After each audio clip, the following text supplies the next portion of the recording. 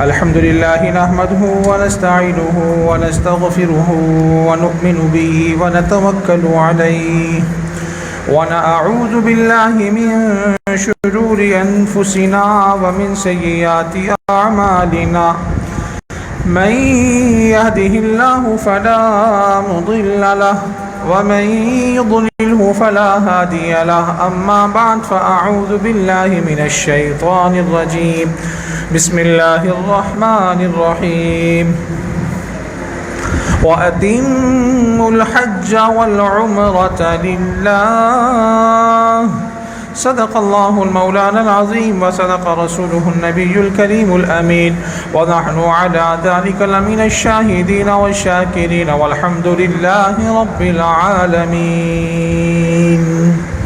پڑھیے الصلاة والسلام عليك يا رسول الله، الصلاة والسلام عليك يا حبيب الله وعلى آلك وأصحابك يا خاتم النبيين. درخشاں میری قسمت ہے، ادھر کعبہ ادھر روزہ، مسلسل مجھ پہ رحمت ہے، ادھر کعبہ ادھر روزہ،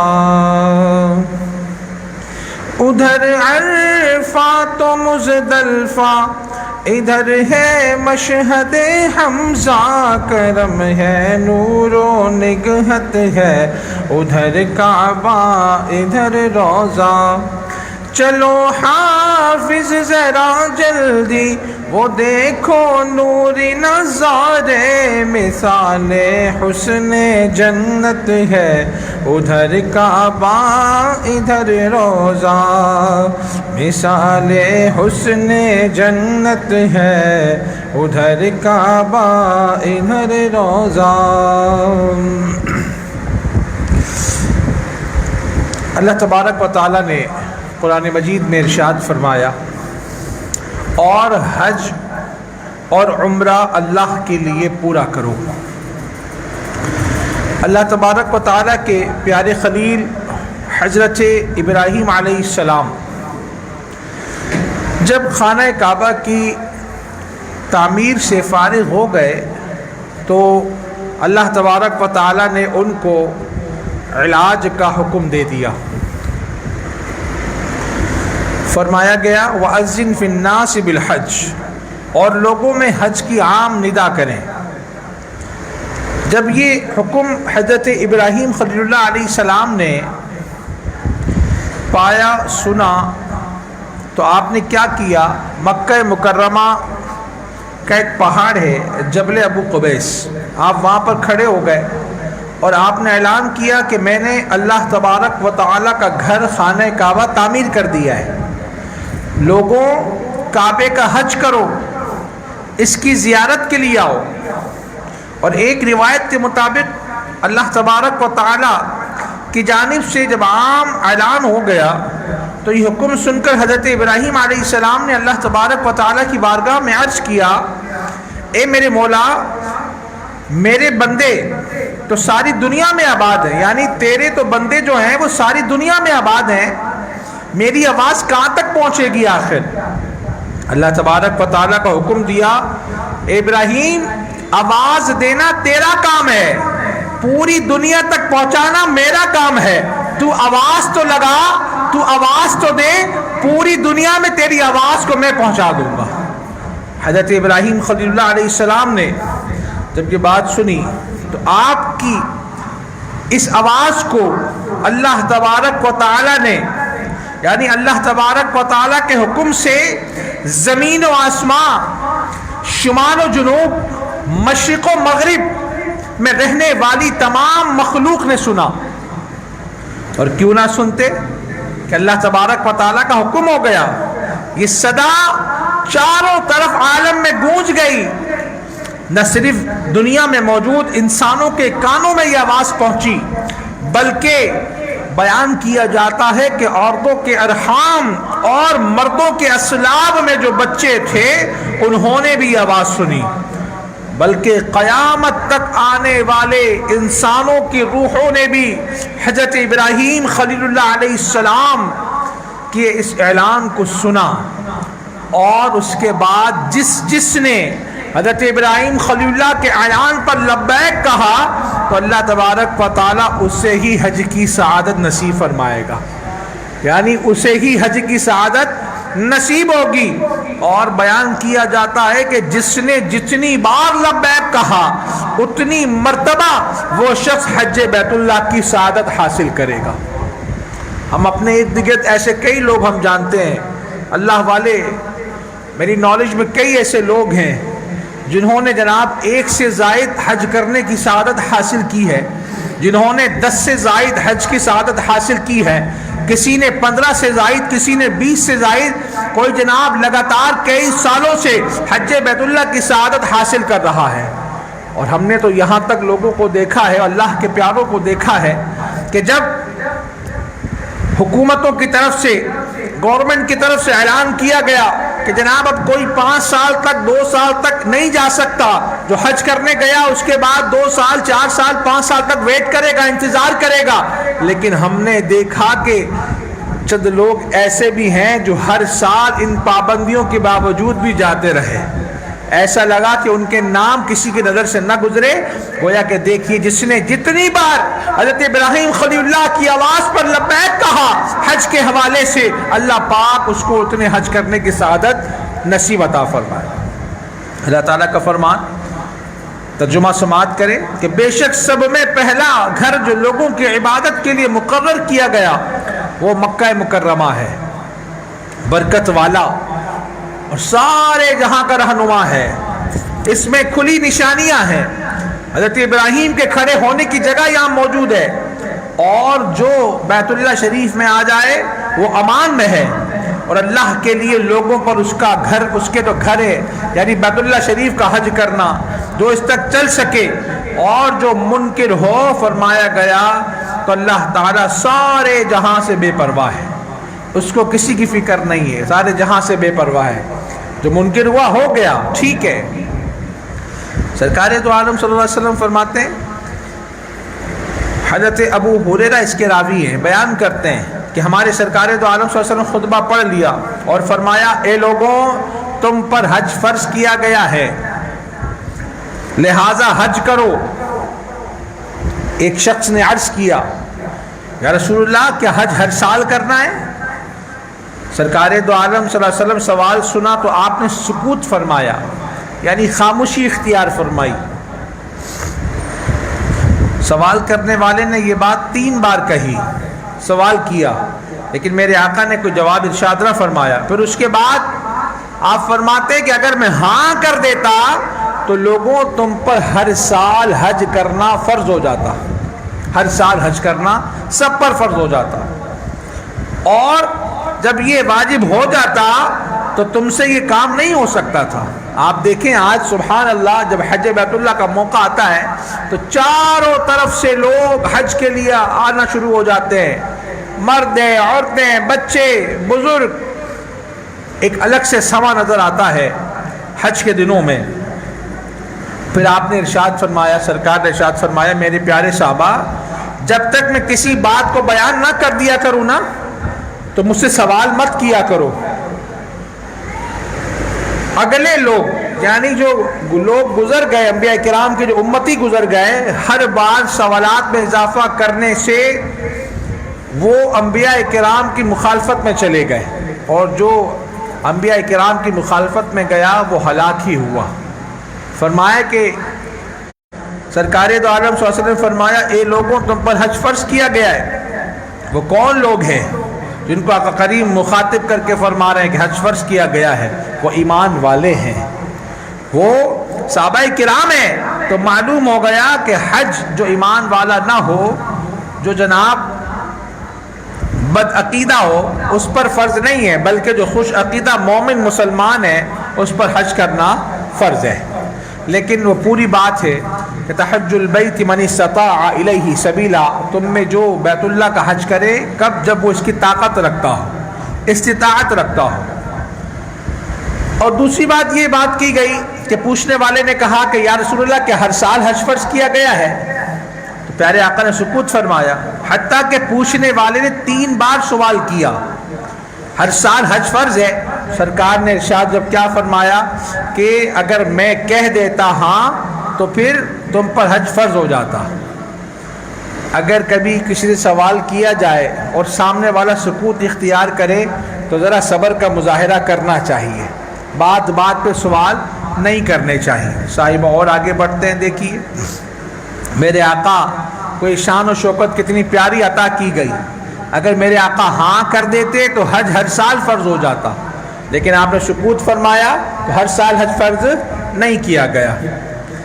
سیدی اعلیٰ حضرت کیا خوب فرماتے ہیں کہ وہ زبان جس کو سب کی کنجی کہیں، وہ زبان جس کو سب کن کی کنجی کہیں، اس کی نافذ حکومت پہ لاکھوں سلام، اور وہ دہن جس کی ہر بات وحی خدا، وہ دہن جس کی ہر بات وحی خدا، چشمہ علم و حکمت پہ لاکھوں سلام۔ حج کے دن چل رہے ہیں نا، حجاج کرام حج کے لیے جا رہے ہیں، پیاری پیاری بہاروں میں جا رہے ہیں، حج بیت اللہ کے لیے جا رہے ہیں، سرکار کی بارگاہ میں جانے کی تیاری کر رہے ہیں، کوئی جا چکا ہے، کوئی حج کر کے جائے گا، پیاری باتیں چل رہی ہیں۔ حج کرنے والا ایسا پاک ہو جاتا ہے جیسے آج ہی اپنی ماں کے پیٹ سے پیدا ہوا، گناہوں سے دور ہو جاتا ہے، گناہ اس کے ختم ہو جاتے ہیں، پاک و صاف ہو جاتا ہے۔ حدیث مبارکہ سماعت کرتے ہیں، حضرت ابو ہریرہ رضی اللہ تعالی عنہ سے روایت ہے کہ ہمارے سرکار دو عالم صلی اللہ علیہ وسلم نے فرمایا، جس نے حج بیت اللہ کیا اور رفث فحش کلام نہ کیا اور فسق نہ کیا تو گناہوں سے پاک ہو کر ایسے لوٹا جیسا کہ اس دن اپنی ماں کے پیٹ سے پیدا ہوا ہے۔ متفق علیہ حدیث مبارکہ ہے، بخاری میں موجود ہے، مسلم شریف میں موجود ہے۔ حضرت ابو ہریرہ سے روایت ہے، بیان کیا کہ عمرے سے عمرے تک ان گناہوں کا کفارہ ہے کہ جو درمیان میں ہوئے، اور حج مبرور کا جو ثواب ہے نا، یعنی حج مقبول جو ہے اس کا ثواب آخری حد کیا ہو سکتی ہے؟ آخری حد یہ کہ جنت میں ہی جائے گا، حج مبرور کرنے والا جنت میں ہی جائے گا۔ اور اسی طرح فرمایا کہ حج جو ہے نا وہ گزشتہ گناہوں کو رفع کر دیتا ہے، گناہوں کو معاف کر دیتا ہے، حج بیت اللہ۔ سبحان اللہ، حج بیت اللہ کرنا کوئی آسان کام ہے؟ فرمایا گیا کہ حج کمزوروں کے لیے جہاد ہے، حج جو ہے وہ کمزوروں کے لیے کیا ہے؟ جہاد ہے۔ حضرت ام سلمہ سے روایت ہے کہ ہمارے سرتاج زینت عرش و کعبہ صلی اللہ علیہ وسلم نے فرمایا کہ حج جو ہے نا کمزوروں کے لیے جہاد ہے۔ ذرا سمجھیں نا اس بات کو، آج تو ہم جناب 1400 برس گزر چکے ہیں، اور میرے آقا نے ارشاد فرمایا کمزوروں کے لیے حج کرنا ایسا ہے جیسے جہاد کرنا ہے۔ اس زمانے میں حج کرنا جبکہ کوئی سہولتیں موجود نہ تھیں، اور اگر ہم آج کے دور میں دیکھتے ہیں تو بے شمار سہولتیں موجود ہیں، آسانیاں ہیں، مگر آج بھی ہر کوئی یہ کہتا نظر آتا ہے کہ حج کرنا آسان نہیں ہے، حج کرنا آسان نہیں ہے۔ اچھے اچھے لوگوں کے پسینے چھوٹ جاتے ہیں، وہ جناب بار بار یاد کرتے ہیں، گویا کہ حج کرنا جہاد ہے۔ یعنی آج کے اس دور میں کتنی آسانیاں ہیں، کتنی سہولتیں ہیں۔ جب صاحبوں پہلے لوگ جایا کرتے تھے نا حج کرنے، تو اپنے گھر والوں سے مل کر جاتے تھے کہ معلوم نہیں ہم واپس پلٹیں گے بھی یا نہیں پلٹیں گے، مہینوں کا سفر کر کے طے کر کے جایا کرتے تھے۔ پہلے تو لوگ پیدل جایا کرتے تھے، گھوڑوں پہ جایا کرتے تھے، اونٹ پہ جایا کرتے تھے، خچر پہ جایا کرتے تھے، اپنے ساتھ قربانی کے جناب جانور بھی ساتھ لے کے جایا کرتے تھے۔ کیا معاملات ہوا کرتے ہوں گے ذرا اندازہ تو کیجئے۔ پھر جناب اور ترقی ہوئی اور معاملہ ہوا، لوگ آگے بڑھنے لگے، پھر جناب بحری جہاز سے لوگ جانے لگے، پھر بھی جناب کوئی آسان نہیں ہوتا تھا پہنچنا، مہینہ تو لگ جایا کرتا تھا جناب، کئی دنوں تک لوگ کہہ کے جاتے تھے، نہ کوئی رابطے کا ذریعہ ہوتا تھا، نہ کوئی فون ہوا کرتا تھا، نہ کوئی تار ہوا کرتا تھا، بڑی مشکل معاملات ہوا کرتے تھے۔ لوگ جو ہے وہ اپنے گھر والوں سے کہتے تھے ہمیں معاف کر دینا، ہمیں نہیں معلوم ہماری واپسی ہوگی یا نہیں ہوگی۔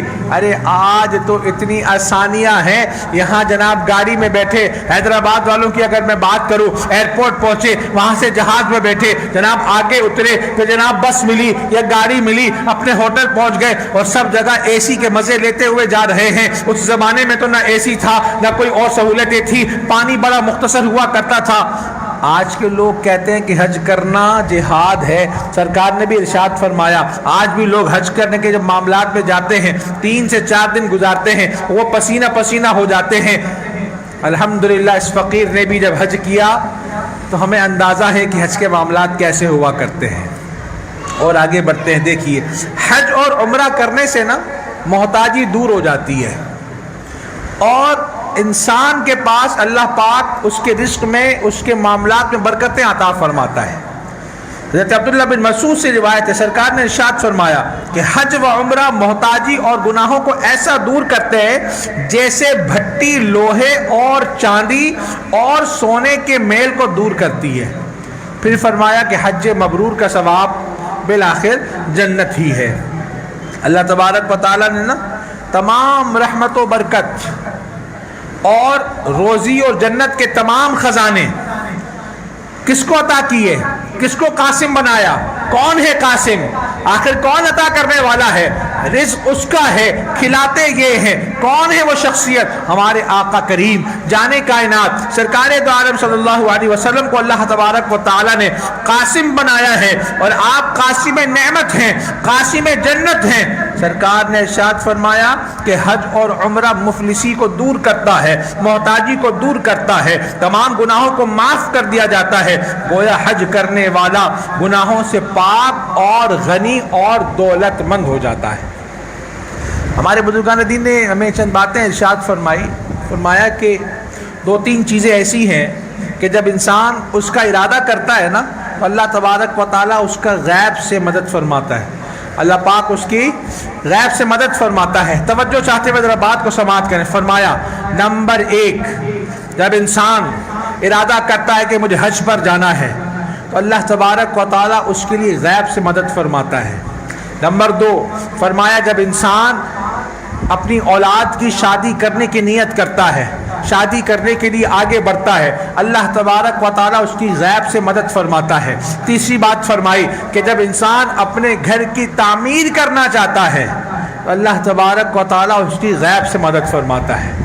اور بعض بزرگوں نے تو فرمایا کہ یہ تینوں چیزیں ہم نے اپنی زندگیوں میں اپلائی کرتے ہوئے دیکھی، اپنے ساتھ ہوتے ہوئے دیکھی۔ حج کی بات آئی، اللہ پاک نے کرم فرمایا۔ گھر کی تعمیر کی بات آئی، اللہ پاک نے کرم فرمایا۔ شادیاں کرنے کی بات آئی، اللہ تبارک و تعالی نے کرم فرمایا۔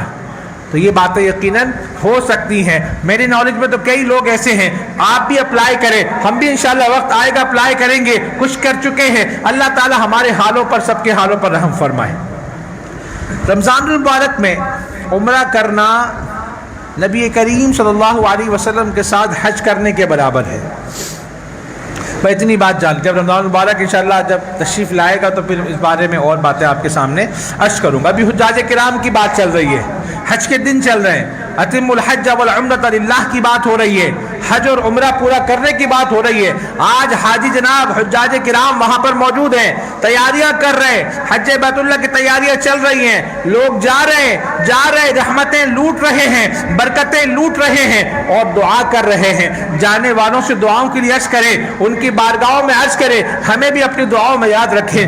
دیکھیں حاجی کیا کرے گا۔ حضرت ابو موسیٰ سے روایت ہے رضی اللہ تعالی عنہ، بیان کرتے ہیں کہ سرکار نے ارشاد فرمایا حاجی اپنے گھر والوں کی، ان میں سے یعنی گھر والوں میں سے 400 لوگوں کی شفاعت کروائے گا اور گناہوں سے ایسا نکل جائے گا جیسے جناب وہ اس دن اپنی ماں کے پیٹ سے پیدا ہوا ہو۔ یہ حاجی کے لیے ایک بڑی پیاری بات یہاں پر بیان کر دی گئی۔ اب ذرا سنیں، یہ تو حدیث مبارکہ ہے نا، سرکار کا ارشاد ہے۔ اگر اسی پیرائے میں آ کے ایک عقیدے کی بات عرض کرنے لگوں آپ کے سامنے، یہ تو آپ نے سن لیا کہ ایک حاجی جو ہے 400 افراد کی کیا کرے گا؟ شفاعت کرے گا۔ تو صاحبوں، جب ایک حاجی کو اللہ تبارک و تعالی یہ سعادت عطا فرما رہا ہے کہ جناب وہ 400 لوگوں کی شفاعت کرے گا، تو پھر جو اولیاء کرام کا معاملہ ہے وہ کہاں پر جائے گا؟ اولیاء کرام بھی شفاعت کریں گے یا نہیں کریں گے؟ ایک حاجی صرف شفاعت کرے گا تو اولیاء کرام بھی دیکھیے. پھر جب جناب اولیاء کرام کی بات کریں، اب پھر اولیاء کرام میں بھی کتنے سارے بڑے معروف بزرگ گزرے ہیں. خواجہ خواجگان کا کیا معاملہ ہوگا؟ میرے سرکار غوث اعظم کا معاملہ کیا ہوگا؟ جب اولیاء کرام سے اور آگے بڑھے تو خود میرے آقا کریم کا معاملہ کیا ہوگا؟ کچھ لوگ تو یہ کہتے نظر آتے ہیں نا کہ جناب آپ نے یہ کیا کر دیا، وہ کیا کر دیا. لوگوں کو تو آج کل اسی پر معاملہ نظر آتا ہے کہ تم نے جناب جنازے کے اوپر لکھی ہوئی چادر کیوں ڈال دی، قل شریف لکھا ہوا کیوں پہنا دی. ارے بھائی، جب انسان کہنا والا یہ کہنا چاہتا ہے کہ جناب دیکھیں اس پہ تلاوت قرآن کریم لکھی ہوئی ہے، قرآن کریم تحریر ہے، اور آپ نے مردے پر ڈال دیا، اس کے پیروں پر جا رہی ہے، بے ادبی ہو رہی ہے. ارے بندہ خدا، بے ادبی کیسے ہو رہی ہے؟ جب روح نکل گئی تو انسان کا جسم مٹی بن گیا. بے ادبی کیسے ہو سکتی ہے؟ جب اس میں روح ہی باقی نہ رہی، اس میں جان ہی باقی نہ رہی، پھر تو جناب ان کے لیے کیا کہو گے جو خانہ کعبہ میں حتیم میں جا کے نماز پڑھتے؟ ان کے لیے کیا بات کرو گے؟ وہ بھی تو پیر لے کر جاتے ہیں نا اپنے اندر. تو پتہ چل گیا کہ اگر مردے کے اوپر، جنازے کے اوپر کوئی آیہ مبارکہ لکھی ہوئی ڈال دی گئی تو کوئی اثر نہیں پڑے گا، بلکہ اس کی برکات ہی اس کو حاصل ہوگی. اگر وہ اس کو غلط کہتا ہے کوئی تو پھر اس کو بھی غلط کہے کہ خانہ کعبہ کا جو حصہ حتیم ہے، حتیم میں جا کر لوگ نماز پڑھتے یا نہیں پڑھتے؟ وہاں پر نہیں جائیں پھر لوگ اپنے پیر لے کر کیوں جاتے ہیں؟ ملتزم کے اوپر دروازے پہ خانہ کعبہ کی چوکھٹ پر اپنے پیروں کو رکھتے ہیں تو پھر کیا کہیں گے؟ بے ادبی ہے یہ؟ نہیں، یہ تو سب برکتوں کی بات ہے. ارے بے ادبی تو تب بھی ہو سکتی ہے اگر کوئی شخص کسی جناب جائے نماز پر موجود خانہ کعبہ کی تصویر پر پیر رکھ دے اور نیت یہ کرے نعوذ باللہ کہ میں بے ادبی کی نیت سے اس پر پیر رکھ رہا ہوں، تو یہ بھی جناب وہ اسلام سے نکل سکتا ہے. تو یہاں تک ایک بات ذہن میں آئی، میں نے کہا آپ کے سامنے یہ عرض کر دوں. تو یہ یاد رکھیں، اگر ہم اپنے مردوں پر، اپنے جنازوں پر کوئی جناب آیت مبارکہ والی آیت کو بچھا دیں، اس پر چڑھا دیں، تو کوئی منع نہیں ہے، بالکل جائز ہے ہر لحاظ سے. ایک مسئلے کی بات تھی، میں نے آپ کے سامنے اس پیرائے میں جا کے عرض کر دیا. آخری بات کر کے گفتگو ختم کرتا ہوں. حاجی سے ملنا اور دعا کرانا سنت ہے. حضرت عبداللہ بن عمر سے روایت ہے، کہتے ہیں جب تم حاجی سے ملو نا، اس کو سلام کرو، اس سے مصافحہ کرو. حاجی کے گھر میں داخل ہونے سے پہلے اس سے دعا کراؤ. حجاج کرام ابھی تیاریوں میں ہیں، جانے والے بھی جا رہے ہیں، کچھ جا چکے ہیں. جب واپس آئیں گے تو یہ یاد رکھیے گا، اگر آپ کسی حاجی کے پاس جائیں استقبال کرنے، گھر میں داخلہ منائے حاجی صاحب آپ کا بھی، پہلے دعا کریں ہمارے لیے، ہماری بخشش کے لیے دعا کریں، ہماری مغفرت کے لیے. حاجی صاحب کہیں گے بھائی تھکا آ رہا. حاجی صاحب ٹھیک ہے، لیکن آپ جو برکتیں لوٹ کر آئے ہیں نا، وہ برکتیں کوئی عام برکتیں نہیں ہیں. سرکار کا فرمان ہم نے سنا ہے، سرکار نے ارشاد فرمایا ہے کہ جب تم حاجی سے ملو تو سلام کرو، مصافحہ کرو. حاجی کے گھر میں داخل ہونے سے پہلے اس سے دعا کراؤ، کیونکہ وہ بخشا ہوا واپس آتا ہے، تو اس سے بخشش کی دعا میں کرانی چاہیے. مسئلہ بھی یہاں پر سماعت کر لیں. ایک حرام مال سے حج کرنا ناجائز ہے، حرام ہے. حرام مال سے حج نہیں ہوگا بھائی. حج کرنا ہے تو پاک صاف مال سے حج کرنا ہے. حج کو جانے کے لیے جس سے اجازت لینا واجب ہے وہ بھی ضروری ہے، اس کی اجازت کے بغیر جانا مکروہ ہے. مثلا کیا بات کر رہے ہیں؟ بات یہ ہے اگر اس کے والدین حیات ہیں، وہ ان کی خدمت کر رہا ہے، اگر وہ چلا جائے گا تو خدمت کرنے والا کوئی نہیں ہے، تو پھر پہلے والدین سے اجازت لینی ہے. اور اگر ماں باپ مثلا کسی کے نہیں ہے تو یہی حکم دادا اور دادی کا بھی ہے. دادا اور دادی بھی ماں باپ کے برابر ہی ہیں، کوئی یہ نہ سمجھے جناب ماں باپ کی بات ہو رہی ہے. دادا دادی کا حکم بھی یہی شمار کیا جاتا ہے، یہ حکم فرض کا ہے. اور اگر نفل کی بات کی جائے گی تو مطلقاً یہاں پر ماں باپ کی اطاعت کرنے کا حکم بیان کیا گیا ہے. آخری بات وہ یہ ہے کہ جناب کوئی بھی عورت جوان ہو یا بڑھیا ہو یا بزرگ ہو، بغیر محرم یا شوہر کے حج کرنے گئی تو گناہ گار ہوگی. بغیر محرم کے حج کرنے جائے گی تو گناہ گار ہوگی. اور اگر حج ادا کر ہی لیا، حج تو اس کا فرض تو ادا ہو جائے گا انشاءاللہ، لیکن خانہ کعبہ میں بیت اللہ شریف میں جہاں ایک نیکی پر 1,00,000 نیکی کا ثواب ہے نا، وہیں پر ایک گناہ پر بھی 1,00,000 گناہ کا سلسلہ ہے۔ اگر آدمی کوئی اس جگہ جا کر مکہ المکرمہ میں، خانہ کعبہ میں، حرم شریف کے اندر گناہ کر گزرے تو سمجھ لیں وہ ایک گناہ نہیں ہے، قدم قدم پر اگر بغیر محرم کے جائے گی تو گناہوں کا ایک پہاڑ ہو جائے گا، پہاڑ سے بھی زیادہ ہو جائے گا۔ تو ایک مسئلے کی بات تھی، میں نے آپ کے سامنے عرض کر دیا۔ اللہ تعالیٰ ہم سب کے حال پر رحم فرمائے۔ سلسلہ ابھی جاری ہے، انشاءاللہ ابھی بقرعید بھی قریب آنے والی ہے، کچھ مسائل پر گفتگو بھی کریں گے جانوروں کے حوالے سے۔ اللہ پاک ہم سب کا جمع ہونا قبول فرمائے۔